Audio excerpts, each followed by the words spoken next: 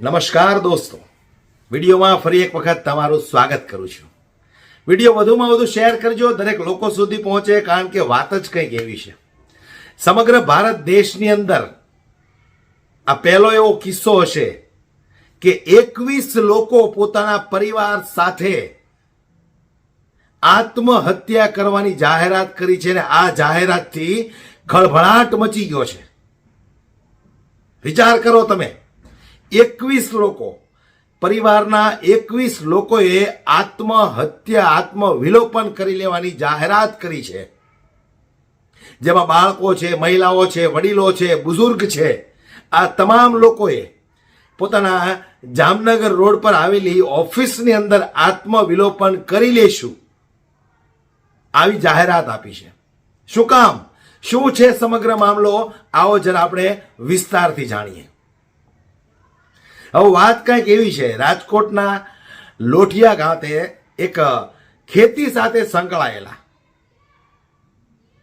મૂળજીભાઈ બાવનજીભાઈ રાણપરિયા, એમના પરિવાર સાથે આ ભારતીય જનતા પાર્ટીના નેતાઓ, ખાસ કરીને મહિલા નેતા પૂનમ માડમ અને પોલીસ ઓફિસરો છેલ્લા 1.5 વર્ષથી આ લોકોને એટલો માનસિક ત્રાસ આપી રહ્યા છે.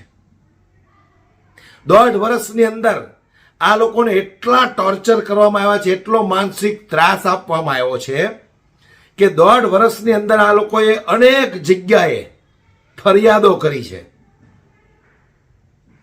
પોલીસ સ્ટેશનની અંદર, રાજકોટ રેન્જમાં ડીસીપીને, ડીજીપીને, મુખ્યમંત્રીને, ગૃહ મંત્રાલયની અંદર અનેક જગ્યાએ અનેક વખત આ લોકોએ ફરિયાદ કરી છે, છતાંય આ લોકોને ન્યાય નથી મળ્યો.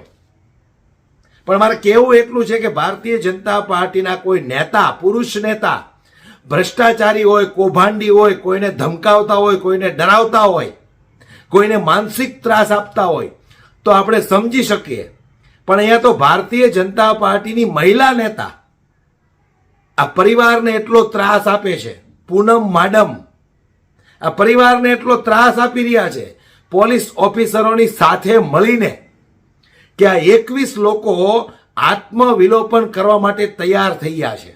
વિચાર કરો તમે દોસ્તો, આ ભારતીય જનતા પાર્ટીની સરકારની અંદર લોકો આત્મહત્યા કરવા માટે પણ મજબૂર બની જાય છે, એટલો ત્રાસ આપવામાં આવે છે. છેલ્લા કેટલાય સમયથી આ લોકો એમનો ત્રાસ સહન કરી રહ્યા છે. પણ કહેવાનો મારો મતલબ એ છે કે આ વાત ફક્ત પૂનમ માડમ સુધીની નથી. સમગ્ર ગુજરાતની અંદર, સમગ્ર ભારત દેશની અંદર આ ભારતીય જનતા પાર્ટીના નેતાઓને એટલી ચરબી ચડી ગઈ છે કે આમ નાગરિક, આમ જનતાને, સામાન્ય માણસને કીડા મકોડા જેવા સમજે છે, અને માનસિક ત્રાસ આપી જ્યાં સુધી એ માણસ આત્મહત્યા ન કરી લે, આત્મહત્યા કરવા માટે મજબૂર ન બને, ત્યાં સુધી આ લોકો એને માનસિક ત્રાસ આપે છે. આવા ઘણા બધા ભારતીય જનતા પાર્ટીમાં નેતાઓ છે. તો સમજવું આપણે પડશે, સારા માણસોને સત્તામાં આપણે બેસાડવા પડશે. આ ઘમંડી, અભિમાની, અહંકારી નેતાઓની સામે તમે થોડો ઊંચા અવાજે બોલશો તો એમનું ઘમંડ ઘવાઈ જાય છે, એમનું અપમાન થઈ જાય છે એવું એમને લાગે છે. એટલે કાં તો તમને માનસિક ત્રાસ આપશે, કાં તો પોલીસને આગળ કરી તમારા ઉપર ખોટા કેસો કરશે. આવા એક નહીં, અનેક દાખલાઓ છે. છતાં જનતા જાગૃત નથી બનતી. આ ઘમંડી, અભિમાની ભારતીય જનતા પાર્ટીના પુરુષ નેતા હોય કે મહિલા નેતા હોય, એમને સબક શીખવાડવા માટે 2027ની અંદર હવે આ ભારતીય જનતા પાર્ટીને સમગ્ર જનતાએ મુંહતોડ જવાબ આપવો પડશે. પણ વાત મારે જે કરવી છે દોસ્તો, 21 લોકોએ આત્મવિલોપન કરવાની જાહેરાત કરી. તમે વિચાર કરો કેટલા કંટાળ્યા હશે આ લોકો આ ભારતીય જનતા પાર્ટીના મહિલા નેતાથી, પોલીસ અફસરોથી, કેટલા કંટાળ્યા હશે. પણ આપણને તો બધું હસી મજાકમાં જાય છે, કારણ કે આવી ઘટના આપણા ઘર ઉપર આવતી નથી ને, એટલે આપણને એમ થાય કે આપણી સાથે ક્યાં આવું બન્યું છે. જેની સાથે બન્યું છે એ જાણે ને ભગવાન જાણે. પણ જે દિવસે આવી ઘટના આપણા પરિવાર ઉપર આવશે, આપણા પરિવાર સાથે બનશે, તે દિવસે તમને ન્યાય મળે એવી આશા તમે પણ ન રાખતા.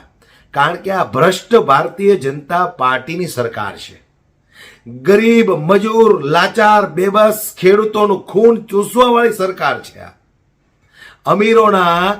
અમીરોની દલાલી કરવા વાળી સરકાર છે આ. ગરીબ માણસને આ લોકો કીડા મકોડા સમજે છે.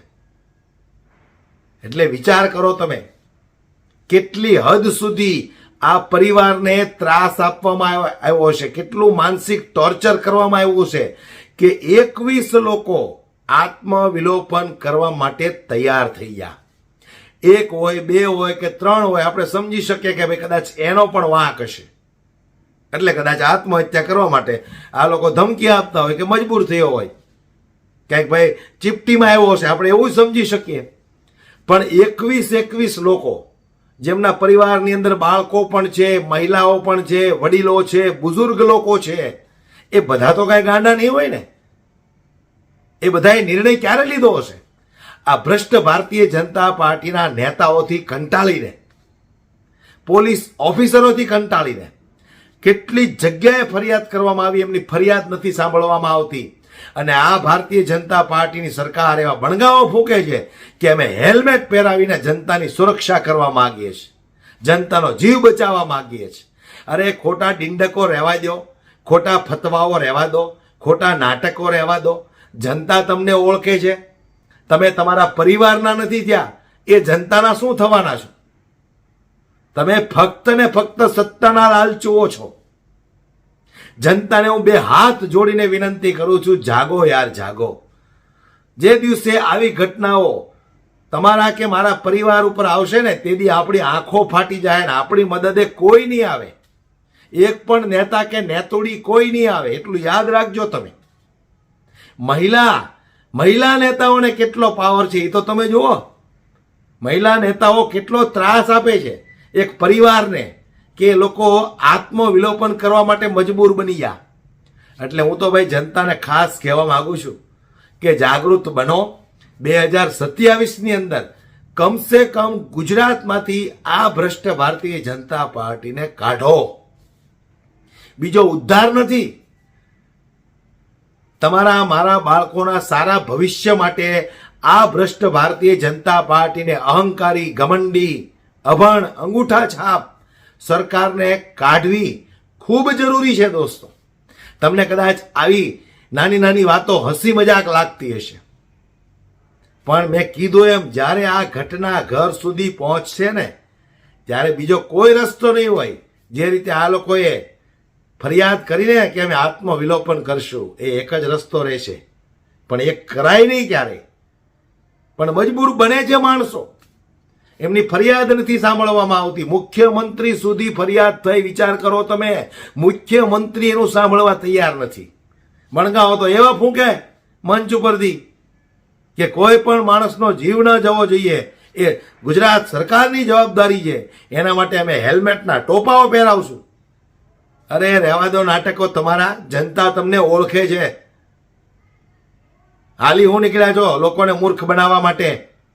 અને પોલીસ અધિકારીઓને, પોલીસ ઓફિસરોને પણ હું કહું છું કે તમે થોડો વિચાર કરો. તમે જનતાના રક્ષક છો, કમસે કમ વર્દીની તો લાજ રાખો સાહેબ, વર્દીની તો લાજ રાખો. આ 2% નેતાઓ આજે છે, કાલે નહીં હોય. કોઈ સારી સત્તા આવશે, સારો પક્ષ આવશે, કોઈની સારી સરકાર આવશે, પછી તમે શું કરશો? એટલે થોડીક તમે વર્દીની પણ ઇજ્જત કરો. નાના ગરીબ મજૂર ખેડૂતો સાથે આટલો અન્યાય થતો હોય એ તો તમને દેખાતું હોય. આ તો અહંકારી આંધળાઓ છે, જેટલા સત્તામાં બેઠા છે એ નેતાઓ. એને ન દેખાય, પણ કમસે કમ સાહેબ તમને તો દેખાય કે નહીં? થોડો વિચાર કરો કે આ લોકો સાથે મળીને આપણે સાંજ સુધીમાં કેટલા એવા પાપો કરીએ છીએ કે આ બધું આપણા બાળકોને ભોગવવું પડશે, તો આપણે ક્યાં જશું?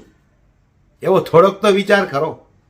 21 લોકો આત્મહત્યા કરવા માટે મજબૂર બની જતા હોય, અને આ ભારતીય જનતા પાર્ટીની સરકાર બણગાઓ ફૂંકતી હોય કે અમારી ગુજરાત સરકારની અંદર એક પણ વ્યક્તિ મરવો ન જોઈએ, માટે અમે હેલ્મેટની સુરક્ષા આપીશું. તો સુરક્ષા જ આપો ને. દંડ શું કામને ઉઘરાવો છે? દંડ શું કામને ઉઘરાવો છે? હારી નીકળ્યા છો ખાલી જનતાને મૂર્ખ બનાવવા માટે. ઓળખો યાર દોસ્તો, ઓળખો. અમે તો અમારી અંદર જે પીડા છે એ તમારી સમક્ષ મૂકી છે. બાકી ખરેખર જો તમને આવી પીડા થતી હોય, આ વેદનાઓથી તમે ગુજરતા હો, તો જાગૃત બનો યાર. બનો, જાગૃત બનો. 2027માં આ સરકારને કાઢો યાર. 30 વર્ષથી આ લોકો એટલો ભ્રષ્ટાચાર કર્યો છે કે ન પૂછો વાત. આ બધું તો તમને દેખાતું જ હોય અને છતાંય તમે ન જાગો ને તો એ તમારી અંદર ખામી છે દોસ્તો. જાગો, ખરેખર જાગો. વિડીયોને ખૂબ શેર કરો, દરેક લોકો સુધી પહોંચે. અને આપણે આંધળી મૂંગી બહેરી સરકારને વિનંતી કરીએ કે જે રીતે આ 21 લોકોના પરિવારે તમને જે અરજીઓ કરી છે એના ઉપર થોડોક નજર નાખો અને ક્યાંક એમને ન્યાય મળે, આ ત્રાસથી છુટકારો મળે એવું કંઈક કરો. બાકી તો આ અહંકારી અભિમાની સરકાર છે જે પોતાના પરિવારના નથી ત્યાં એ દેશની જનતાના હું થવાના છે. દોસ્તો, વિડીયોને વધુમાં વધુ શેર કરી દરેક લોકો સુધી પહોંચાડો જેથી કરીને દરેક લોકો જાગૃત બને. જય હિન્દ.